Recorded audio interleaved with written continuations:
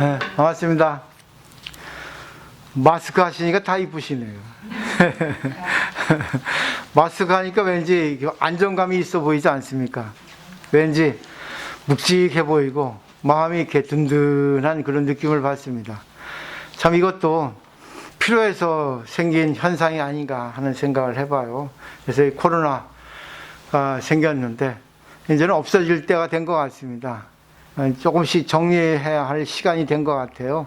앞으로 어떻게 마음가짐을 가지고 살아가야 하는가, 그것을 이제 불교를 통해서 한번 배워보시면 좋을 것 같아요.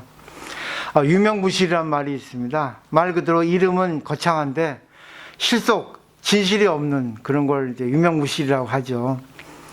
예를 들면 이름이 나 있는 식당에 갔는데 생각보다는 맛이 없다든가 서비스도 형편없다든가 그런 거. 그리고 병원도 그렇고 또 절도 그렇습니다. 절도 신도가 많아서 갔더니 부처님 가르치면 별로 없고 그냥 신도만 무성이 많더라. 그런 거 많이 아마 겪어보셨을 거예요. 한 일례를 들어서 그런 일이 있었습니다. 어느 젊은 여성이 결혼을 해가지고 한 십몇 년 같이 남편하고 살았는데 남편이 암으로 죽었어요. 와이프하고 또 두 자녀를 남겨놓고 죽었는데 그때의 여성분은 39살 정도 됐고 중학생 아들 또 초등학생 딸을 두고 있었대요. 병 간호한다고 모아두었던 돈은 전부 다 쓰고 그래가지고 이제 경제적으로 좀 빈곤한 상태가 되었습니다. 그래도 어떻게 하겠어요? 살아가야 되니까. 그래서 여성이 배운 게 있겠습니까? 할 수 없이 이제 인력으로 마트 알바를 하게 됐죠. 근데 경제가 여유가 있겠습니까? 또 시간도 여유가 없고. 근데 아들 도시락을 싸줘야 되는데 피곤하고 그러니까 그냥 김치 하나 싸주고 그랬답니다. 근데 어느 날 아들이 도시락 안 갖고 가겠다고 투정을 부리더라는 거예요. 왜 그러냐니까는 이런 거 갖고 가면 학교에서 놀림 받는다고. 도시락 안 갖고 가겠다고. 근데 어떻게 하겠어요? 현실이 그렇게 또 빈곤하니까. 그래도 할 수 없이 그래도 네가 어떻게 하니? 형편이 그러지 않니? 아버지도 안 계시고 나도 힘들고 시간도 없고 그러니까 이해해라 하는데 아들은 이해를 못하죠. 중학교 2학년 정도 되니까. 그래서 답답해서 근처 절에 가서 스님께 하소연하고 울고불고 했답니다.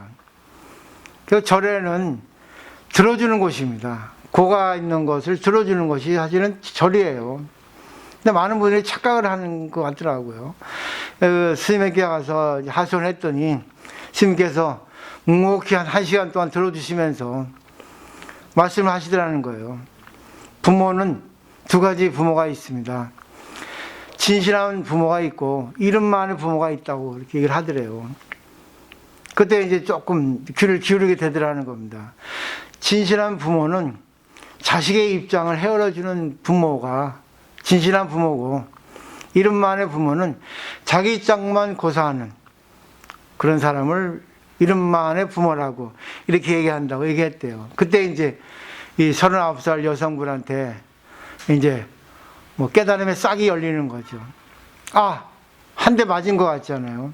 자기는 이름만의 여성이었죠. 자기 입장만 생각하고 자식은 어쩔 수 없다.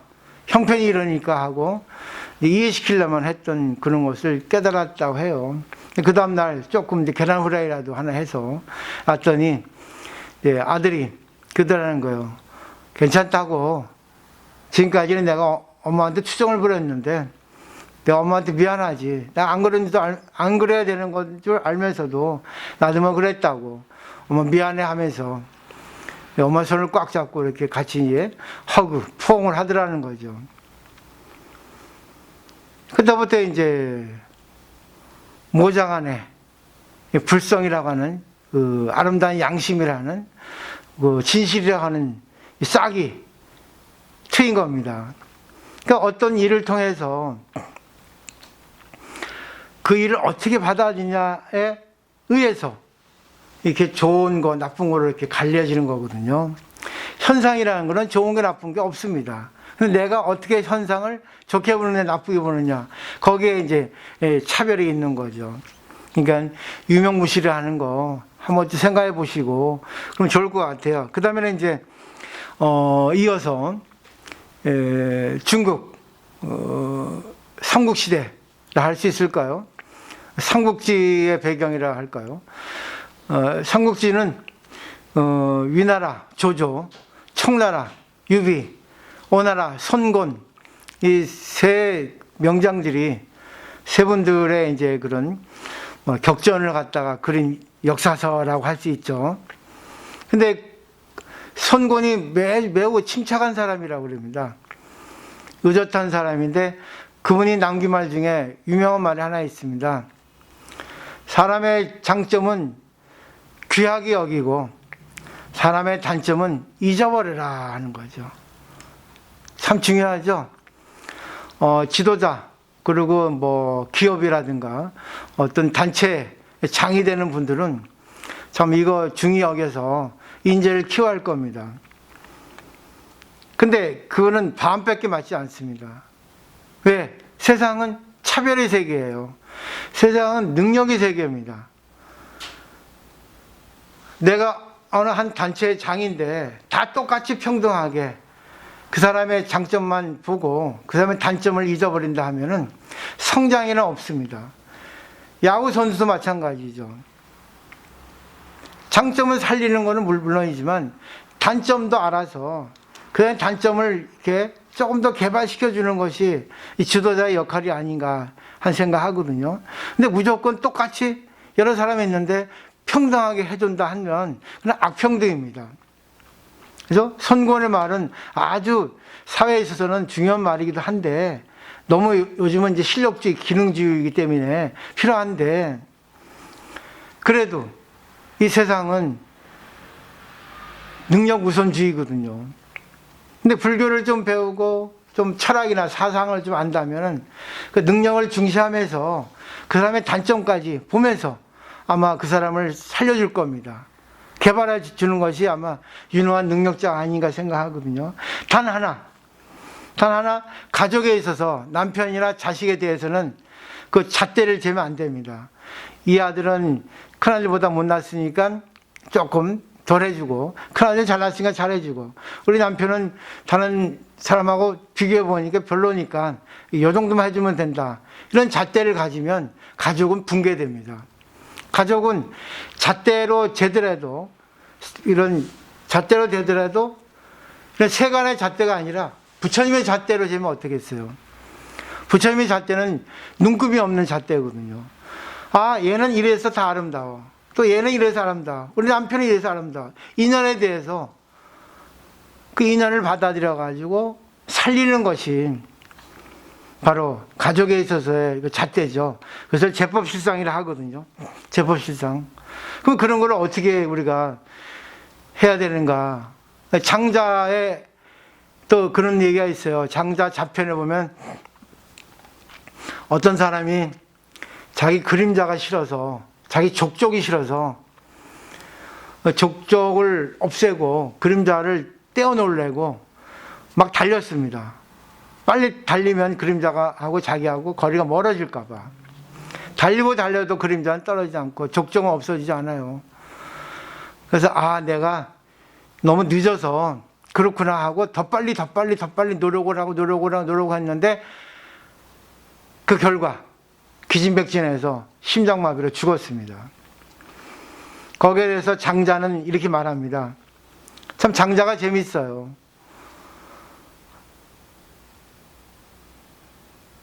장자가 그러죠. 아이고, 참 어리석다. 그늘에 들어가서 잠시 쉬고 머물러 있으면은 그림자도 보이지 않을 것이고 족족도 남기짐이 없을 텐데 그거를 몰랐구나, 저 사람은. 기가 막힌 말이죠. 기가 막힌 말. 그 그늘이라는 게 참 중요해요. 우리는 지금 불교를 배우고 불교를 신앙하고 보살이 되려고 지금 열심히 노력하고 있잖아요. 그럼 우리는 어떻게 될까요? 나는 기본적으로 나의 마음을 갖다가 잘 조절해서 공에 대한 마음, 그러니까 그늘에 돼 있어야 됩니다. 그리고 어떤 사람이 안 와도 그늘 안에 다 집어넣어야 돼요. 그럼 그 사람의 모든 게 흔적이 없어지거든요. 아니, 흔적이 있어도 흔적을 내가 흡수하는 거죠. 그게 되겠죠? 그래서 이제 불교 얘기를 한번 해볼게요. 불교의 벽암록이라는 어록의 왕이라고 할 수 있는 그 어록에 그런 말이 있어요. 동산무한사라는 화두가 있는데, 이거는 동산양귀하상 유명한 스님입니다. 근데 동산양귀하상한테 어느 스님이 질문했어요. 스님, 춥고 더운 곳이 없는 곳이 어디 있습니까? 그랬어요. 무한서. 있지. 어디입니까? 추우면 추운 것과 하나가 되고 더우면 더운 것과 하나가 되면 돼. 그랬어요. 우리가 추운데 스키 타러 가잖아요. 추운데 등산 가잖아요. 더운데 해운대에 가가지고 빨가벗고 선크림 바르고 선탠 하잖아요. 더워 죽겠는데. 결국은 나하고 대상하고, 아니 내가 모든 것과 일체가 되면은 그것이 바로 흔적이 없는 겁니다.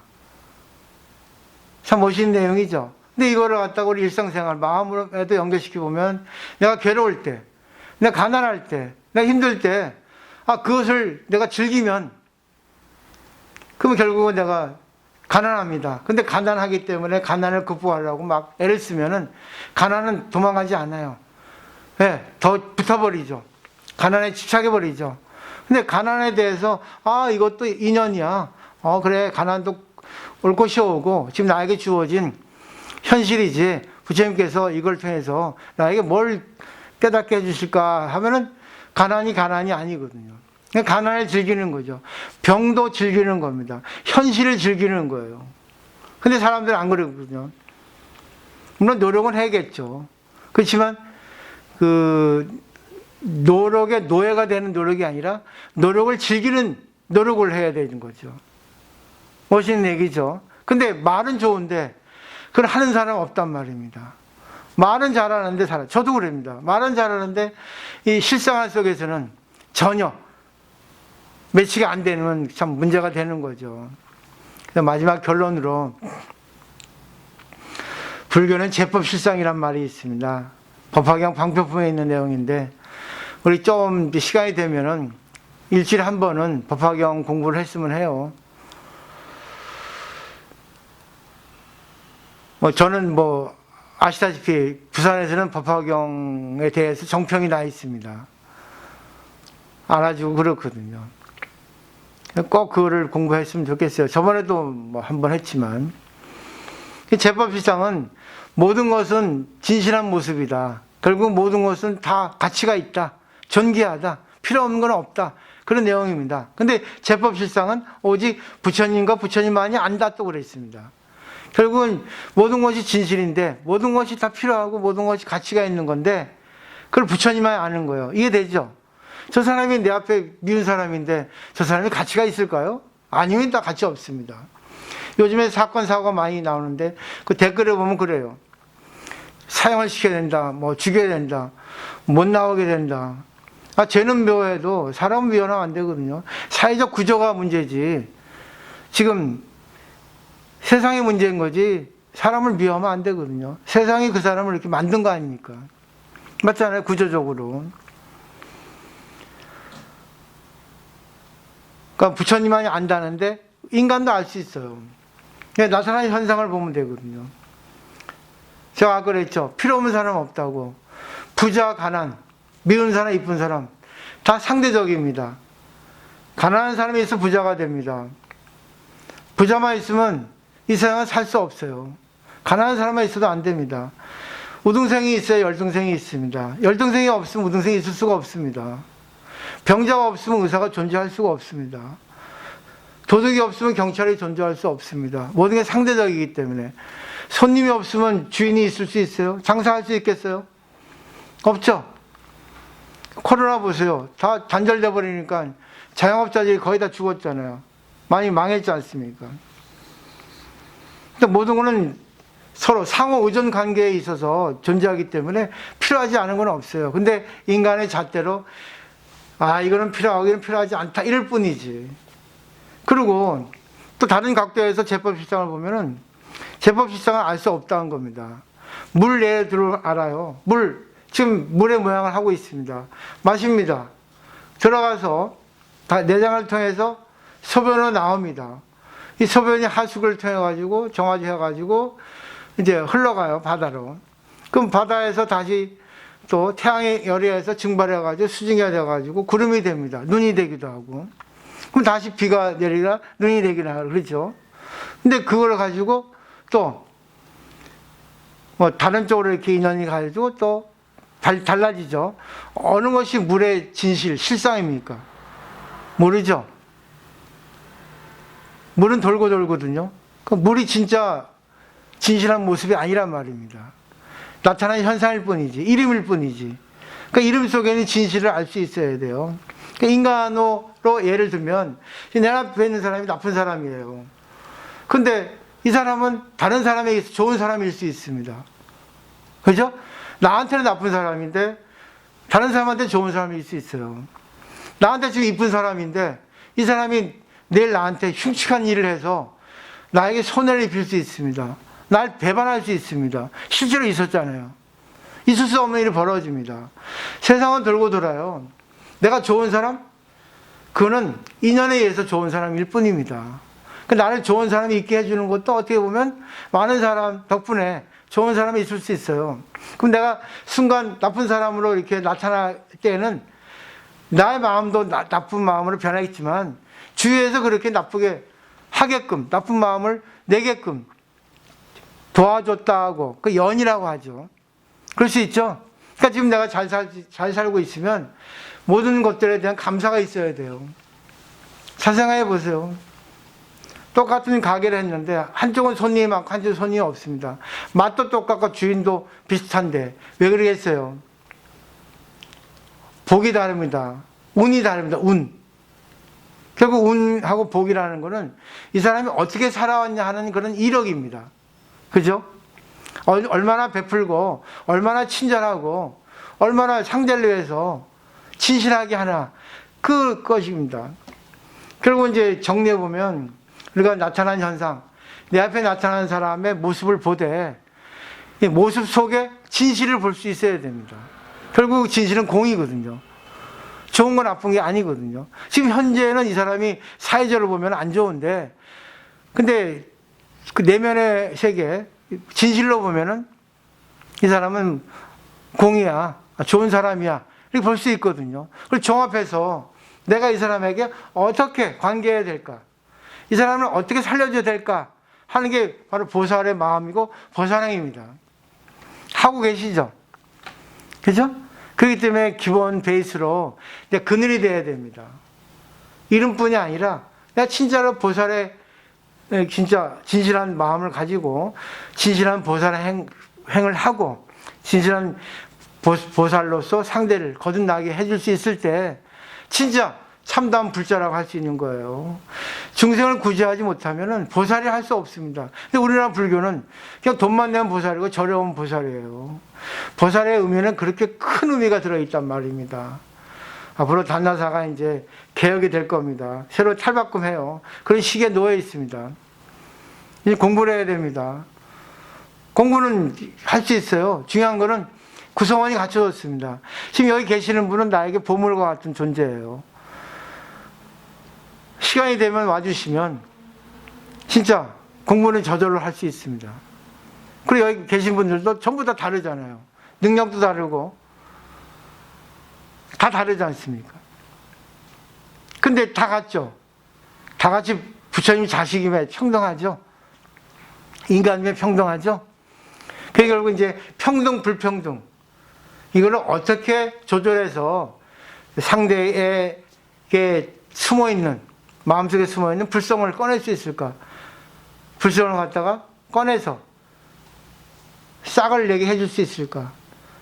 그리고 더 나아가서는 그 사람이 또 다른 사람의 그 불성을 꺼내서 싹을 틔우게 해주는 그런 대보살이 될 수 있도록 우리가 열심히 노력 정진해야 된다는 얘기죠. 오늘 여기까지입니다. 자, 정리되시죠? 그러기 위해서는 항상 관계할 때, 뭐, 그 자리에 따라 다르지만, 상대가 힘든 얘기를 하면은 좀 들어준다는 결국은 그늘이 돼야 됩니다. 그러니까 상대가 아무리 얘기해도 내가 상대를 갖다 안아줄 수 있는 그늘, 흔적을 없앨 수 있는 그늘이 되는 거예요. 그러고 나서 이제 상대를 보고 어떤 거를 원하는가, 어떤 것이 부족한가, 결국 내가 리더가 되는 거죠. 내가 진짜 말 그대로 해결사가 되는 겁니다. 심리학자가 되고 정신의학자가 되는 거예요. 대보살이 되는 겁니다. 결국은 대보살이 되는 첫 번째 조건이 뭐냐면 들어주는 겁니다. 경청. 잘 아시죠? 경청. 들어줘 보세요. 상대가 무슨 마음인가 다 알 수 있습니다. 근데 꼭 맨날 들어주기만 하면 안 됩니다. 얘기할 건데 얘기해야죠. 얘기해야 할 자리에 가서는 얘기를 해야지. 그러니까 기본으로 그렇다는 얘기입니다. 오늘 여기까지예요.